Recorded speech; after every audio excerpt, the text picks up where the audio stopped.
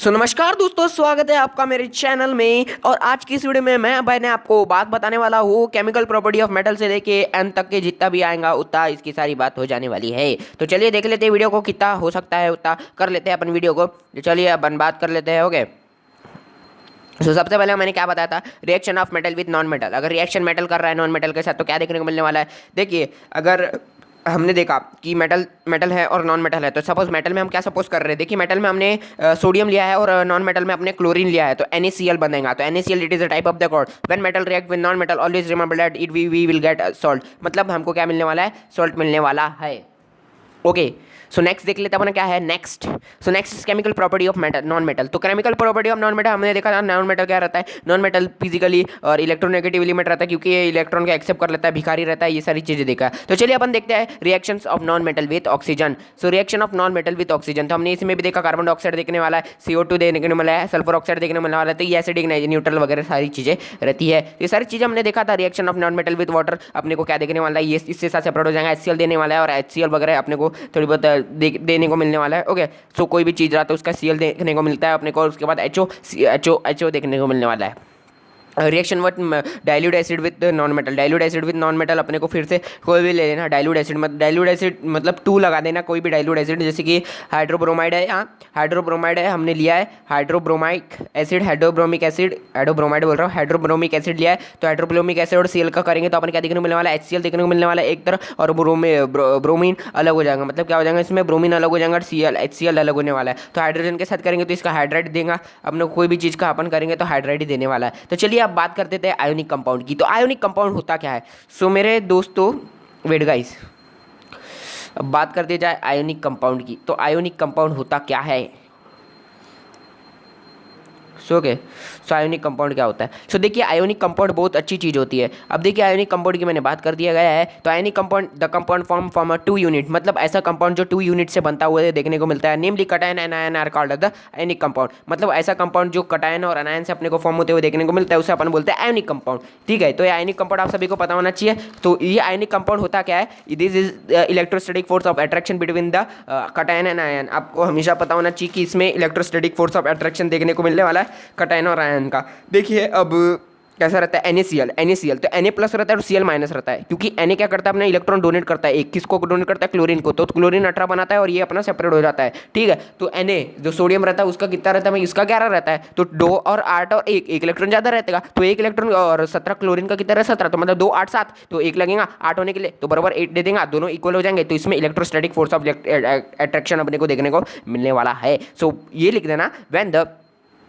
Compound form by the transfer of the valence electron is called as the ionic compound. ऐसा compound form होता है जब अपने को transfer of the valence electron देखने को मिले, उसे अपन आयोनिक कंपाउंड बोलते हैं। ये बॉन्ड का फॉर्मूला है, पर बॉन्ड का है ये एक्चुअल में। तो इसमें भी वैसा ही देखने को मिलता है, आयोनिक कंपाउंड के जैसा ही। ठीक है, तो अपने को पता होना चाहिए। इसमें अपने को क्या देखने को मिलने वाला है, कटायन और आयन का साइज बड़ा होगा तो ज़्यादा क्रिस्टल बड़ा होने वाला है, जैसे कि अपने को सारी चीज़ें देखने को मिल गई है। सो देखते हैं अपन, ये देखिए सो देखते हैं अपन, ये जो आयनिक कंपाउंड है ना, वो मेनली सॉलिड स्टेट में प्रेजेंट रहता है। देखिए, ionic compound are crystalline in nature. वो सॉलिड स्टेट में प्रेजेंट रहता है, पर वो क्रिस्टल रहता है, मतलब ब्रिटल, मतलब क्रिस्टलाइन नेचर के फॉर्म में अपने को देखने को मिलता है, और ब्रिटल रहता है, मतलब सॉलिड स्टेट में ज़्यादा से ज़्यादा प्रेजेंट होते हुए देखने को मिलने वाला है। But is responsible for the crystalline nature, so their arrangement it is a brittle. मतलब इसकी वजह से अपने को ब्रिटल देखने को मिलने वाला है, ये आपको समझ लेना है। ओके, सो इसके बाद बात कर दीजिए जाए हमारे, इसके अंदर इंटरमोलिकुलर फोर्स बहुत ज़्यादा स्ट्रॉन्ग रहता है, और इस वजह से इसका हाई मेल्टिंग पॉइंट रहता है और इसका बॉइलिंग पॉइंट भी हाई रहता है।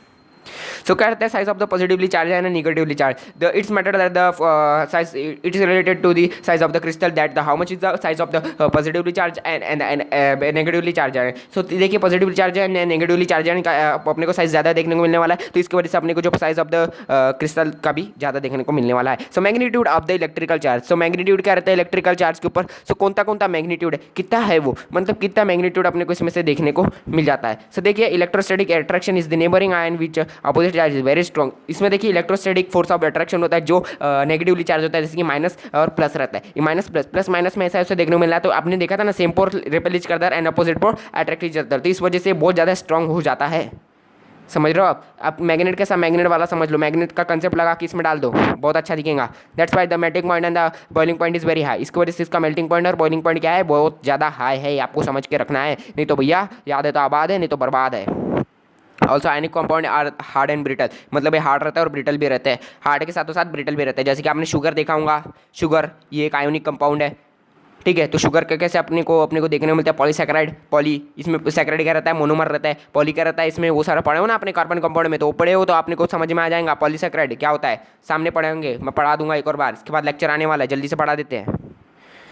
ओके, सो देखते हैं प्रॉपर्टीज ऑफ आयोनिक कंपाउंड, मतलब प्रॉपर्टीज क्या क्या है आयोनिक कंपाउंड की। सो देखिए general properties of ionic compound, what is general properties of ionic compound, इसमें अपने को जनरल प्रॉपर्टी अपने को आयोनिक कंपाउंड की देखने को मिलने वाली है। The attractive force between the positively and the negatively charge ion is strong, therefore the ionic compound is exist in the solid state and they are hard. तो अपने को इसमें से सिंपली देखने को मिल रहा है the force electrostatic force of attraction is very strong in this bond, so the क्या बोल सकते हैं अपन, ये बहुत ज़्यादा सॉलिड स्टेट में प्रेजेंट रहता है, हार्ड रहता है। इसकी वजह से अपने को देखने को मिलता है ये कैसा रहता है, एकदम ब्रिटल वगैरह रहेगा, थोड़ा बहुत ब्रिटल वगैरह रहता है और जल्दी टूट जाता है। इसका इंटरमोलिकुलर फोर्स आप बहुत ज़्यादा स्ट्रॉन्ग रहता है और इसका हाई मेल्टिंग पॉइंट रहता है, इस वजह से इसका, ठीक है, हाई मेल्टिंग और बाइलिंग पॉइंट रहता है। और आयनिक कंपाउंड ये वाटर में सॉल्युबल रहता है इजीली और सेपरेट भी हो जाता है इजीली। अपने को थोड़ा बहुत देख रखा है, थोड़ा बहुत वही है कंसेप्ट है, आपने को यही सिर्फ इसका बताना है। और एक प्रॉपर्टी आपको एग्जाम में 5 मार्क के लिए पूछ जाता है, तो 10 पॉइंट लिखते आने को ना। सो मेटलर्जी अब स्टार्ट हुई, देखिए कंपाउंड है H2O मतलब हमारा वाटर, इसका मेल्टिंग पॉइंट देख रखा है। जिंक क्लोराइड आयोनिक कंपाउंड है, ये नॉन आयोनिक है, H2O वाटर नॉन आयोनिक है। मैग्नीशियम क्लोराइड ये आयोनिक है, NaCl ये आयोनिक है, KCl ये आयोनिक है, ये MgO मैग्नीशियम ऑक्साइड भी आयोनिक है। तो इसके बॉइलिंग पॉइंट मेल्टिंग पॉइंट वगैरह देख रखा है, आपको इससे कोई फायदा नहीं है, आपको इसका करना ही नहीं है, ठीक है। तो बात कर दी जाए metallurgy, what is metallurgy, the science and technology that deal with the study of the metals from extraction of the metals from the ores and their purification is called as the metallurgy. मतलब ऐसी चीज़ है the science and technology that deal with the study of the extraction of the metal from the ores and their purification is called the अपने को क्या बोलते हैं, metallurgy बोलते हैं। अकरेंस ऑफ द मेटल, देखिए बहुत सारा मेटल जो रहते हैं, देखिए most metal been reactive do not occur in nature, मतलब ऐसे मेटल जो बहुत ज़्यादा रिएक्टिव रहते हैं वो नेचर स्टेट में प्रेजेंट नहीं रहते। जैसे कि अपने को क्या देखने को मिल गया, जैसे उसके oxide, carbonate, sulphate and nitride, ये अपने को उसके कंबाइंड स्टेट में प्रेजेंट होते हुए देखने को मिलते हैं। पर वो अपने को ऑनरेटिव मेटल ज़्यादा इफेक्ट नहीं होते, तो वो इजीली मिल जाते हैं, जैसे कि सिल्वर, गोल्ड, ये अपने को मिल जाते हैं थोड़ी स्टेट के बाद फ्री स्टेट में मिल जाते हैं, क्योंकि वो उतने ज़्यादा क्या रहते हैं, उतने ज़्यादा रिएक्टिव नहीं रहते। और जो सबसे ज़्यादा रिएक्टिव रहते हैं जैसे कि सोडियम, एल्यूमिनियम, मैग्नीशियम, ये पोटेशियम, ये अपने को बहुत कम देखने को मिलते हैं, अपने ओर्स के फॉर्म में इनको मिलते हैं। किसे, ores, from where we get the metal. अब देखिए ओर्स क्या रहता है, ओर्स ऐसा रहता है जिसमें मेटल में वो एक ores is a that thing from where we get the metal, मतलब वो ओर्स दैट कंटेन, समझ लो आप, ores that contain the impurities and metal is called as the ores, मतलब the substance that contain the metal and impurities is called as the ore. So gangue is a type of the impurity that present in the ores, मतलब ये क्या है, एक प्रकार की impurities है वो ores में contain रहती है, समझना चाहिए। और गैंगियो मैंने पहले बताया, गंगू जो बोलना है वो बोल लो। Okay, so each metal have their own ores from where we can separate this, मतलब हर एक मेटल का अलग अलग रहता है कि जहाँ से हम उसको सेपरेट कर सकते हैं। तो इसकी बहुत ज़्यादा प्रोसेस रहती है, उसके बारे में बात करेंगे। कंसंट्रेशन ऑफ ओर है, सो उसके बारे में भी बात करने वाले। और कंसंट्रेशन ऑफ ओर में सेपरेशन बेस्ड मेथड है अपने, ये एक सेपरेशन बेस्ड मेथड, दो ग्रेविटेशन मेथड है, मैग्नेटिक सेपरेशन मेथड है, हाइड्रोलिटिक सेपरेशन मेथड है, और एक फ्रुक्टोस्टेशन मेथड है, और आखिरी लीचिंग है। तो लीचिंग फिर एक्सट्रैक्शन ऑफ मेटल में extraction of reactive metal, extraction of moderate reactive metal and extraction of less reactive metal. Okay, मज़ा आ रहा है अभी पढ़ने में। सो मेटलर्जी का भी सही स्टार्ट हुआ है, मज़ा आएगा अभी पढ़ने में, देख के दबा के पढ़िएगा। अरे मुंह धो के आ जाइए, बोर लग रहा होंगे तो मुंह धो के आ जाना और अच्छा फ्रेश लगेगा, मस्त एकदम, ठीक है। तो basic principle of metallurgy, pure metal is obtain from the ore by the following stages. अब देखिए प्योर मेटल अपने को ओर से फॉर्म होता है, अब अपने को ओर से फॉर्म होता है। ओर क्या है, from where we get the metal, मतलब from where we get the metal is called as the ore that contain the metal and the impurity is called as the ore. What is mineral? It is a compound that contain metal and impurities is called as the mineral. मतलब mineral और ओर same नहीं है। Mineral एक ऐसी चीज है जहां से अपने को ओर मिलता है और वो भी मेटल और इम्प्योरिटीज को कंटेन करके रखता है। ओके, ये सारी चीजें हैं।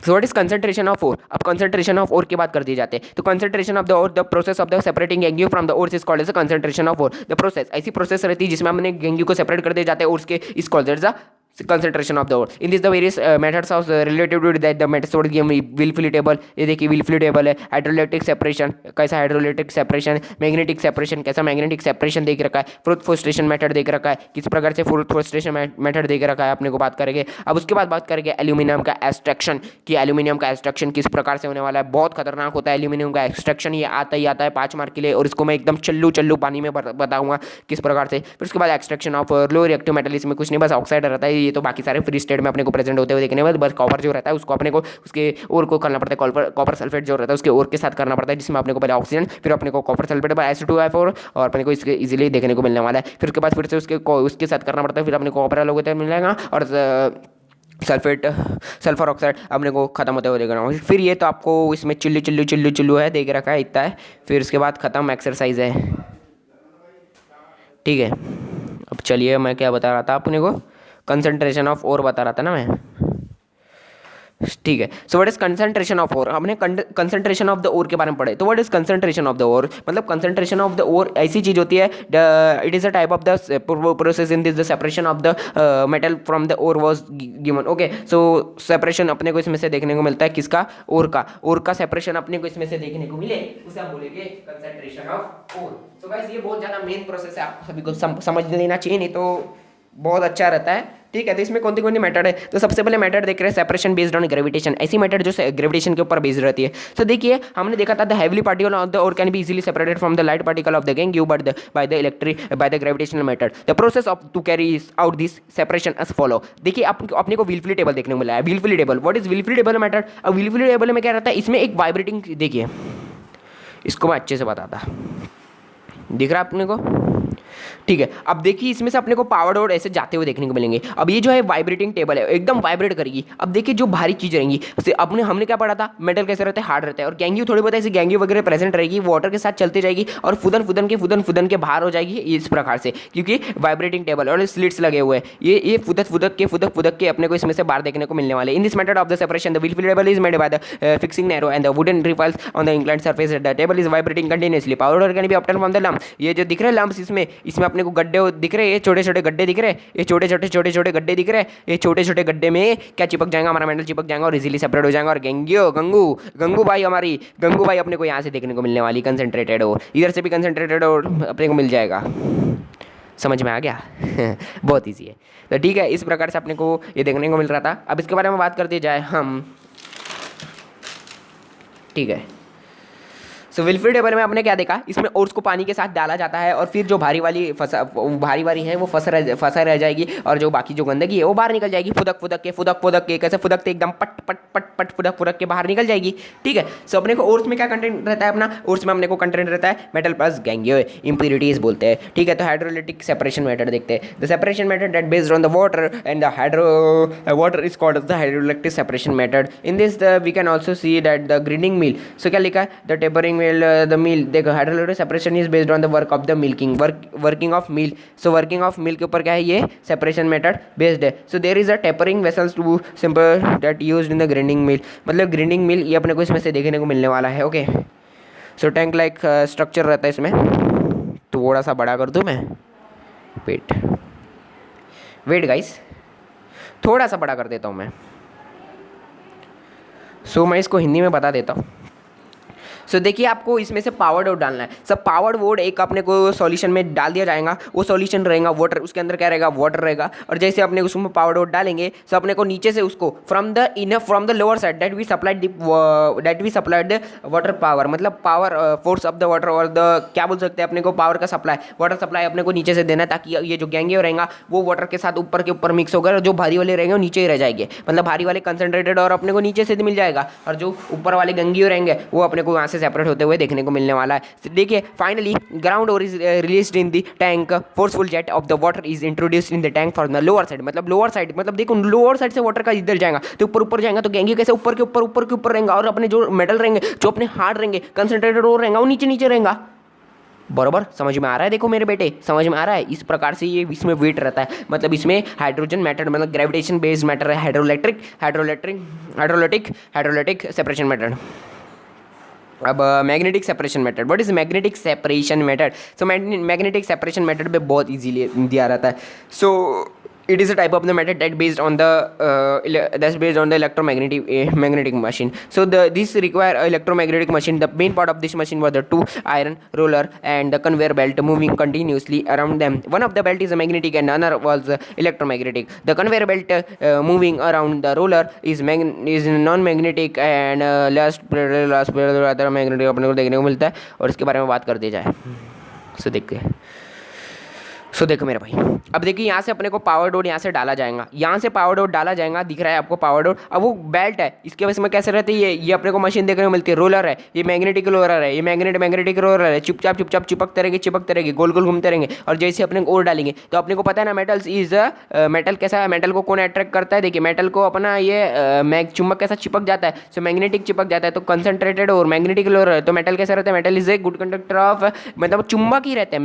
मैग्नेटिक रोलर मतलब मेटल इज व्हाट कह सकते हैं, good conductor of magnet, metal is good conductor of magnet. अपन ऐसा बोल सकते हैं ना, ऐसा कोई रहेगा तो ऐसे चुंबक चिपक जाएंगे। और ये देखिए गंदगी जो गेंगे रहेगा वो चिपकेगा ही नहीं, उधर के उधर सेपरेट होते हुए दूसरे मिलेगा अपने को दूसरे कंडक्टर में और कलेक्टर में। और इधर ये वाले कलेक्टर में अपने को यहाँ से मेटल मैग्नेटिक इंग्रेडिएंट मिलते जाएगा। तो इस प्रकार से अपने को और सेपरेशन ये मेथड अपने को बेस्ड होते हुए देखने को मिल रही है। तो अपने को समझ जाना है कि ये मेथड कैसी है और किस प्रकार से मेथड है। ओके, ये सारी चीज़ें अपने को देख के रखी है। अब इसके बाद बात कर दी जाए fourth frustration method is the two opposite property hydrophilic and hydrophobic. मतलब हाइड्रो मतलब पानी से प्यार और पानी से डर, ये पार्टिकल से रिलेटेड है। तो इसमें सल्फेट वगैरह हाइड्रोफोबिक प्रॉपर्टी का डिपेंड इन द ऑयल हो गए। सो ओके सारे देख रखे। Pine oil, like eucalyptus oil, is added to the water in the formation of the frost. Okay सारा देख रखा अपने को, बॉल्स फॉर्मेशन बराबर एजिटेटर। अब अपने को आपकी मम्मी ने कभी आपको घुसरते हुए देखे होंगी। देखिए अपने मलाई निकालना रहता तो वो मलाई को घुसरती है आपकी मम्मी। तो देखिए अपने घुसरेंगे एजिटेटर क्या है, वो घुसरने वाला एजिटेटर है। और एयर सप्लाई क्या हो रहा है, एयर सप्लाई अपने को दिया जाएगा ताकि बबल्स वगैरह बने। अब देखिए बबल्स वगैरह बनेंगे। अब देखिए क्या होता है, अब फोर्थ रहेगा तो ऊपर कैसे रहेंगे, सॉलिड पार्टिकल रहेंगे। मतलब जो अपने भारी वाले रहेंगे ऊपर आ जाएंगे, बबल देंगे तो नीचे से ऊपर आ जाएंगे। और जैसे ऊपर आएंगे तो फोर्थ की मदद से वो दूसरे इससे सेपरेट हो जाएंगे। और अपना ये जो वाटर एंड पाइन ऑयल रहेगा, वाटर एंड ऑयल अपने को गैंगी को अट्रैक्ट करेगा अपने तरफ ऑयल। अब मतलब आपने देखा होगा ना कि आपका पाइन ऑयल कहाँ लगा रहता है, पता है कि आपका फिनाइल में लगा रहता है। क्यों लगा रहता है फिनाइल में, क्योंकि वहाँ से वो डस्ट मॉलिक्यूल को क्या करता है, अपने तरफ अट्रैक्ट करता है। वैसे ही ये मॉलिक्यूल में वाटर अपने तरफ अट्रैक्ट करेगा और नीचे से क्या हो जाने वाला है, सेपरेट हो जाएगा। और water supply is required for the bubble production, मतलब बबल्स प्रोडक्शन। फिर इससे मतलब अपने को फ्रोथ मिलेगा, फ्रोथ से अपने बाहर से सेपरेट हो जाएगा, मतलब फेस मिलेगी और फेस से अपने को बाहर सेपरेट होते हुए देखने को मिलने वाला है।